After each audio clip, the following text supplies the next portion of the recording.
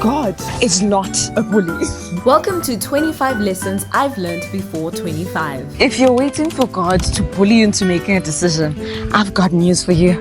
It's not gonna happen. I always thought that if I didn't follow God's plan, there would be a series of chaos and things happening in my life that will force me to stick to the plan and the will of God. And I don't know if it's because of the story of Jonah. You know, the guy who, like, God says go to Nineveh, then he's like, me, I'm not going there. And then he gets bitten by, not bitten, swallowed by a whale. And it's like a series of unfortunate, chaotic events that take place simply because this guy is not going where God told him to go. I delayed making a decision that I knew I had to make for 3 years. 3 whole years. I was so miserable, and I was miserable not because God was punishing me for not making the correct decision. I was miserable because I was misaligned with what I was created to be and what I was created to do. When I finally made the decision after 3 years, it felt like the floodgates of heaven were opening, because it was like destiny, helpers, blessing, resource, everything that I needed to accomplish what looked impossible in the beginning and didn't feel safe was just ready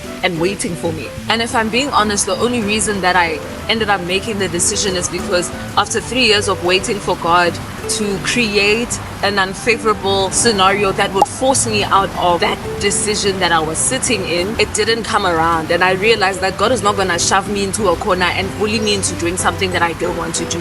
He gives you the choice of free will. Like, God is loving, patient, kind, and He's going to wait for you to make a decision. There's a scripture actually in Deuteronomy that says, I put before you death and life, blessing and curse. Choose life, I beg you.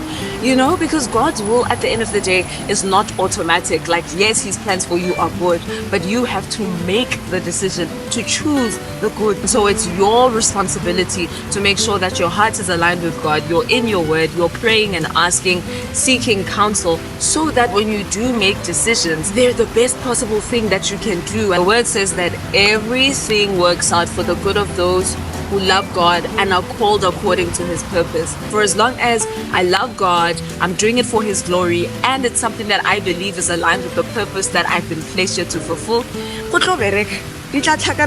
By fire, by force. Hey, that's pretty good.